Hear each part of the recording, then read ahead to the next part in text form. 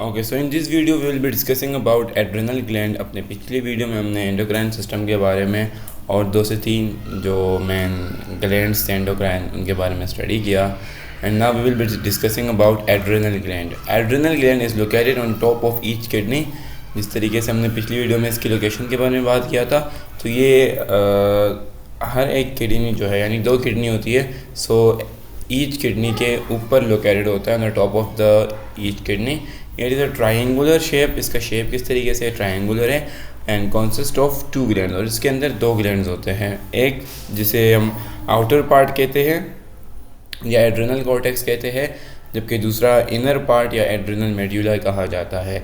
Adrenal cortex secretes number of steroid hormones necessary for regulation of body metabolism, maintenance of water and salts.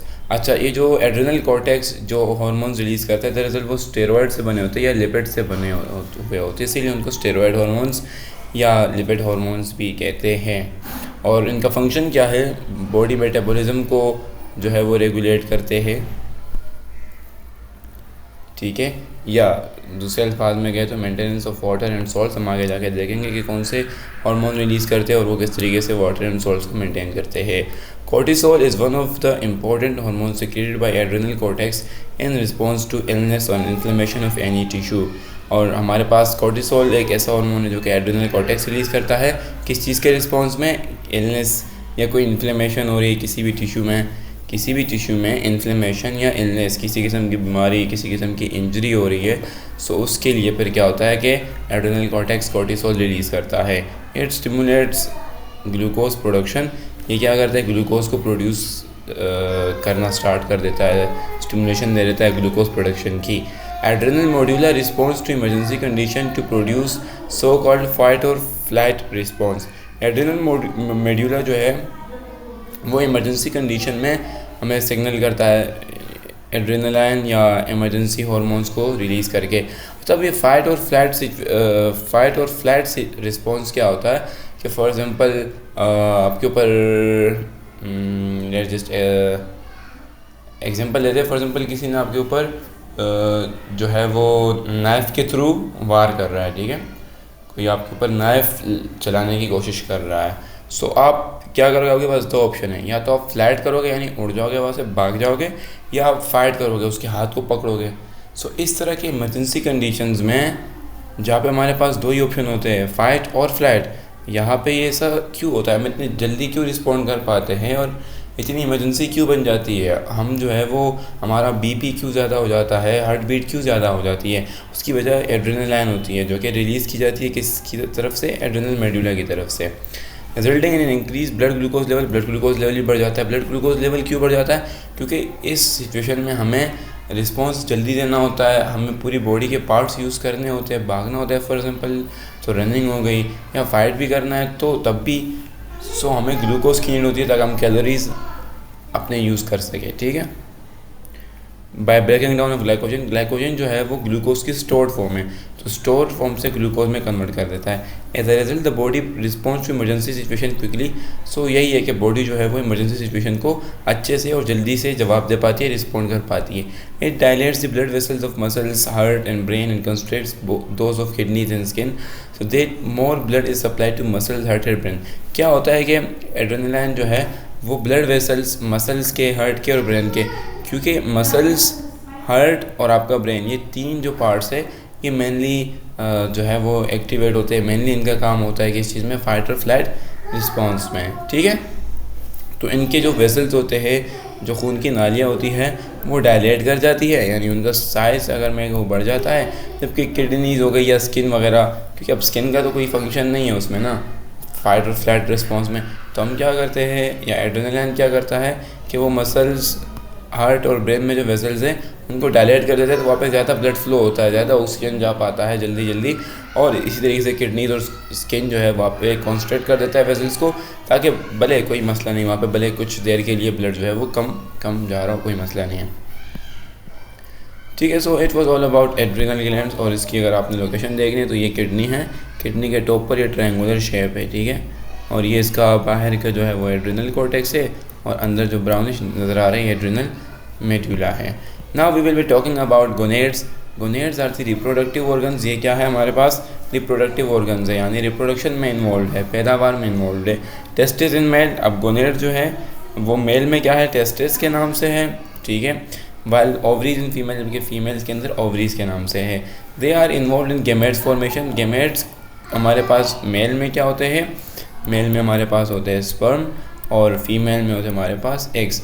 तो जो आपके ovaries है वो eggs form करती है, बनाती है, और टेस्टिस जो है वो स्पर्म प्रोड्यूस करता है।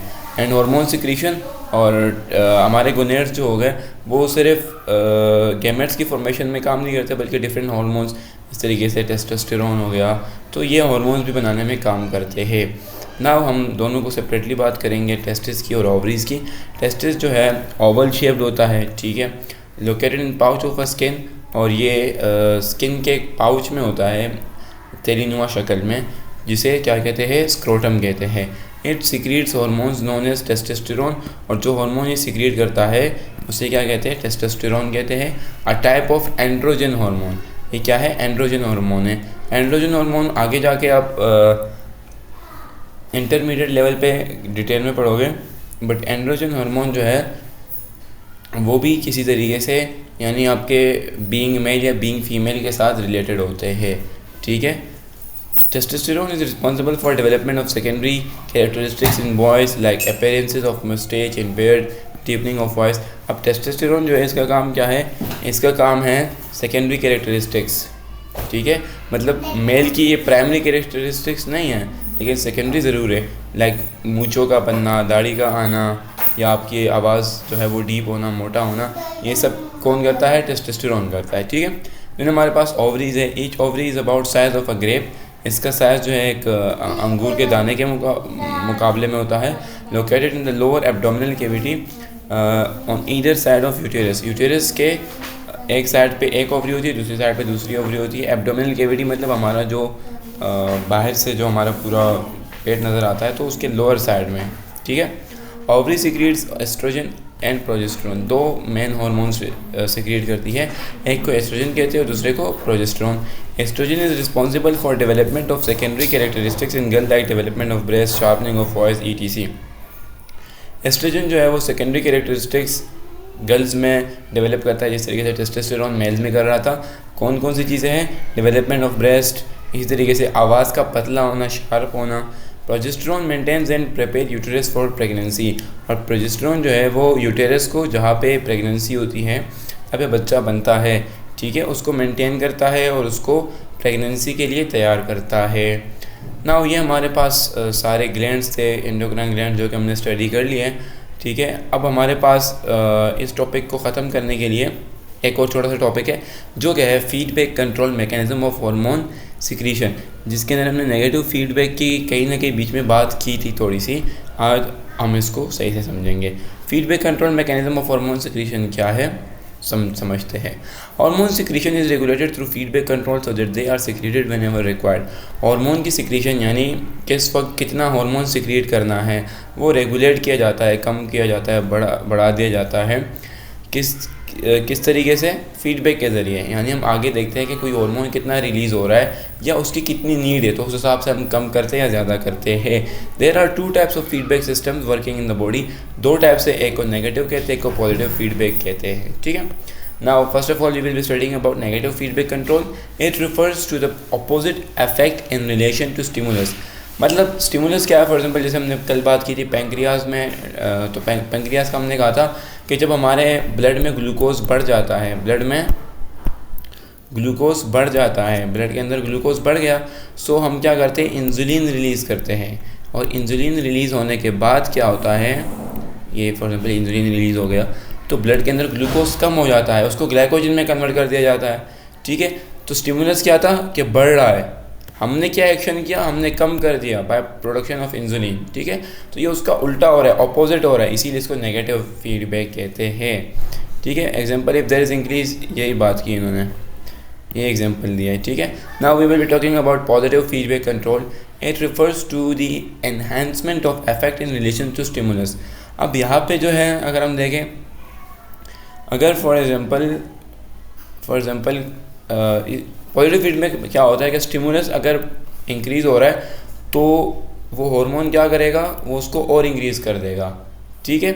यानी इंक्रीज़ हो रहा है तो इंक्रीज़ करेगा, डिक्रीज़ हो रहा है तो डिक्रीज़ करेगा, ठीक है, ऑपोजिट नहीं चलेगा। अब जिसकी इसकी एग्जांपल दी हुई है वो दी है, when an infant sucks the nipple of his mother's breast she secretes hormone to secrete milk further continues increase the hormonal secret, ठीक है।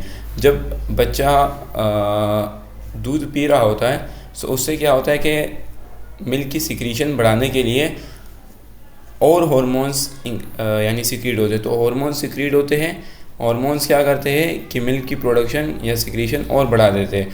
तो ये उस जो भी काम हो रहा है, जो भी एक्टिविटी हो रही है, मिल्क सकिंग हो रही है, मिल्क प्रोडक्शन हो रही है, उसको और बढ़ाया जा रहा है, ना कि कम किया जा रहा है। तो इसीलिए इसको पॉजिटिव फीडबैक कंट्रोल कहा जाता है, ठीक है। So it was all about endocrine system, जो कि हमने काफ़ी अच्छे से डिटेल में स्टडी किया।